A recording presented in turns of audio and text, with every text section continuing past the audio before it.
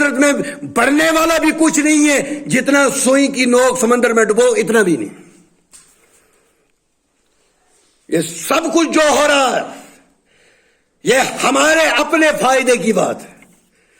آپ سوچو کہ ہم نے نمازیں پڑھی اللہ کا فائدہ ہو رہا ہے، نہیں بھائی تیرا فائدہ ہو رہا ہے، اللہ کا کوئی فائدہ نہیں۔ وہ حی و قیوم ہے، وہ علی کل شیء قدیر ہے، ہر چیز پر قدرت رکھتا ہے۔ جو رب تیرے دل کے ارادے کو جانتا ہے، اس رب کو تیرے عبادت سے اپنی قدرت میں کوئی فرق پڑنے والا نہیں ہے، یا تیری نافرمانی سے اس کی قدرت میں کوئی کمی آنے والی نہیں ہے۔ یہ جو کچھ تو کر رہا ہے، نمازیں، روزے، زکوٰۃ، صدقات، جو بھی کر رہا ہے، یہ تجھے اس میں اپنا فائدہ ہے۔ اللہ رب العالمین نے کہا تو دنیا میں گیا ہے، فائدہ اٹھا۔ اور اس دنیا کی اوقات پتہ کیا نبی کریم صلی اللہ علیہ وسلم نے فرمائی؟ ایک آدمی جب سفر کے دوران دھوپ میں سایہ دار درخت کے نیچے بیٹھتا ہے، کیا یہ ڈیرا لگا لیتا ہے؟ وہ 5 منٹ 10 منٹ بیٹھ کر اس کے بعد چل پڑتا ہے۔ یہ اس کا مقام نہیں ہے۔ تھوڑا سسکانے کے لیے، تھوڑا آرام کے لیے سایہ دار درخت کے نیچے بیٹھ گیا اور چل پڑا۔ اور یہ سایہ دار درخت کے نیچے بیٹھنا یہی دنیا کی حقیقت ہے۔ ایک مسافر کی طرح سایہ دار درخت کے نیچے 60 سال 70 سال بیٹھے ہو، اللہ کو راضی کر کے جاؤ، اللہ رب العالمین کی فرما برداری کر کے جاؤ۔ محمد رسول اللہ صلی اللہ علیہ وسلم آخری پیغمبر ہے۔ اب کوئی پیغمبر آنے والا چاہے کتنے مرزے آ جائے، مرزے آئے بھی اور چلے بھی گئے، مر بھی گئے، کہاں مرے سب کو پتا ہے، بیت الخلاؤں کے اندر مر گئے۔ جہاں حاجت فراغت آدمی حاصل کرتا اس کے اندر مر گئے۔ جو نبی کی نبوت پر ڈاکہ ڈالے گا وہ سب سے بدترین انسان ہے اس کائنات میں۔ جو نبی کی امامت پر ڈاکہ ڈالے گا سب سے کمینہ اور بدبخت انسان ہے وہ۔ انا خاتم النبی لا نبی آبادی، میں آخری نبی ہوں، میرے بعد کوئی نبی نہیں۔ نبی بھی آخری، کتاب بھی آخری ہے، امت بھی آخری ہے، اور دنیا کا یہ سلسلہ بھی آخری۔ اس کے بعد کوئی دنیا نہیں ہوگی، یہ ختم ہو جائے گی، اس کے بعد کوئی دنیا نہیں چلنے والی، پھر جنت ہوگی، دوسری زندگی۔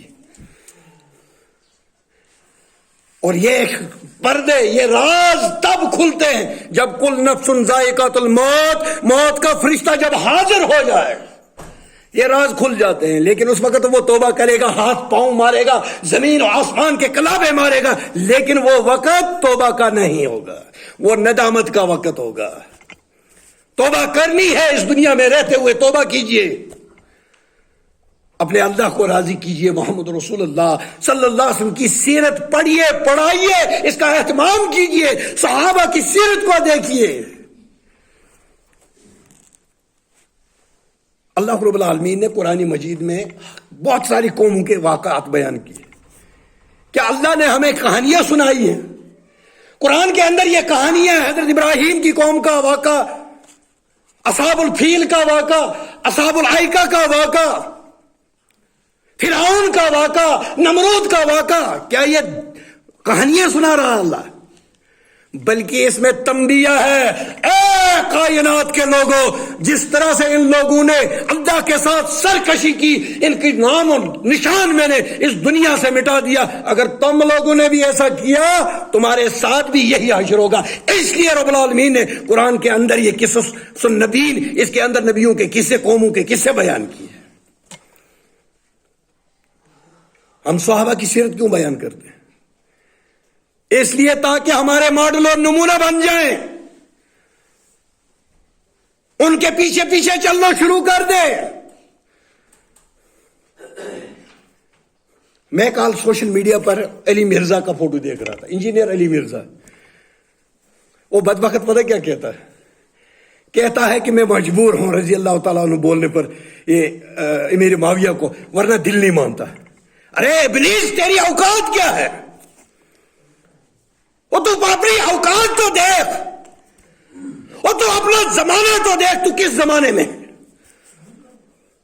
وہ خیر القرون کا زمانہ ہے، امیر معاویہ خیر القرون کے زمانے کے، ان پر تم انگلی اٹھایا؟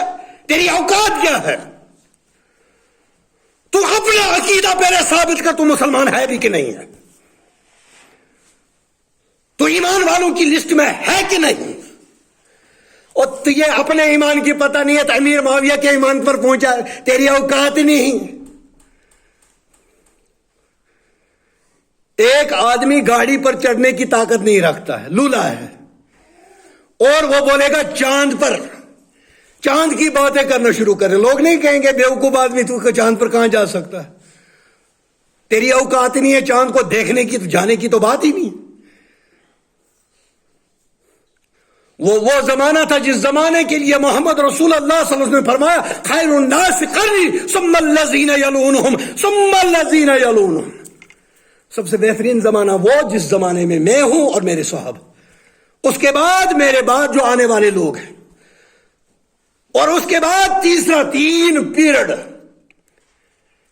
پیریڈوں کا ذکر کیا میرے نبی صلی اللہ علیہ وسلم نے۔ اور علماء سلف ان کے دو گروپ ہیں۔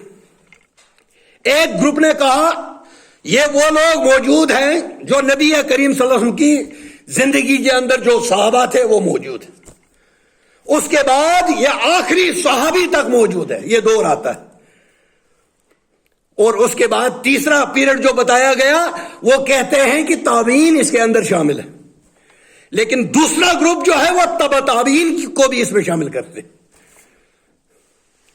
ہم کہتے ہیں نا میں سلفی، ہم لکھتے ہیں نا مشتاق احمد سلفی، کیوں لکھتا ہوں؟ جب میں سلفی اپنے نام کے ساتھ لگاؤں گا کہ میں نے نسبت کر دی، اپنے عقیدے کی نسبت صحابہ کی طرف کر دی، جو صحابہ سمجھے وہی ہمارے لیے حق ہے، ہمارے لیے وہی ماڈل اور نمونہ ہے۔ حدیث کو جیسے صحابہ نے سمجھا ایسے ہی ہم پر بھی عمل واجب ہے۔ قرآن کی آیت کو جس طرح صحابہ نے سمجھا اسی طرح ہمیں بھی ماننا چاہیے۔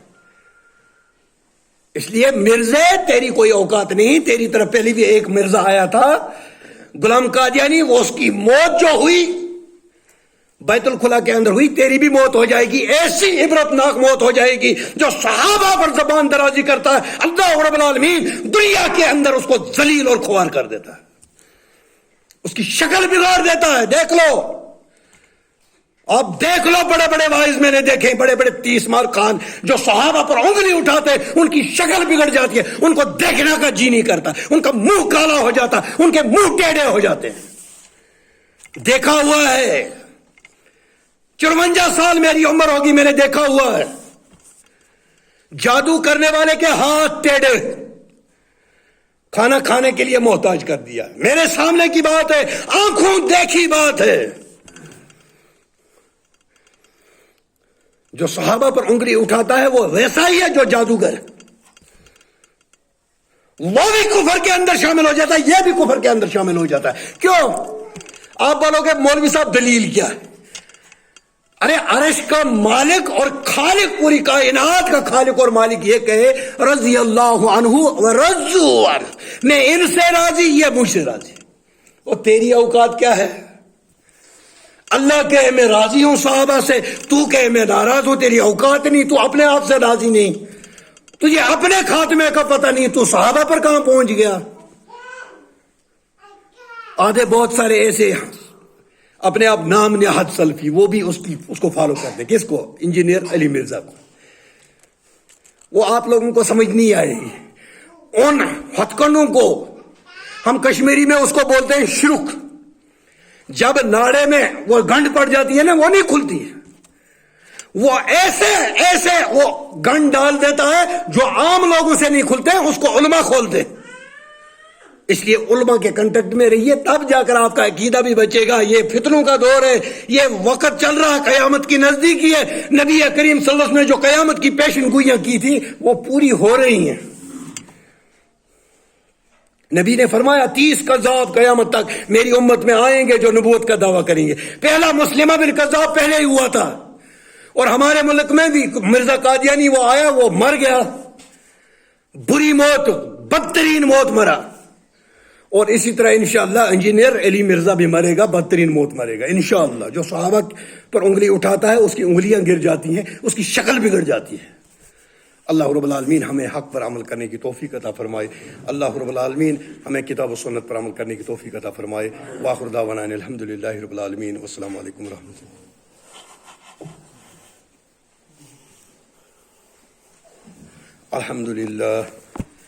الحمد للہ الذی نحمده ونستعینه ونستغفره ونعوذ باللہ من شرور انفسنا ومن سیئات اعمالنا من يهد الله فلا مضل له ومن يضلله فلا هادي له ونشهد ان لا اله الا الله ونشهد ان سيدنا وسندنا ومرشدنا ومولانا محمدا عبده ورسوله بأرسل حق بشيرا ونذيرا. اما بعد فإن خير الحديث كتاب الله وخير الهدي هدي محمد صلى الله عليه وسلم وشر الأمور محدثاتها وكل محدثات بدعة وكل بدعة ضلالة وكل ضلالة في النار. اللهم نصر من نصر دين محمد صلى الله عليه وسلم وجعلنا منهم واخذل من خذل دين محمد صلى الله عليه وسلم ولا تجعلنا منهم. يرحمكم الله.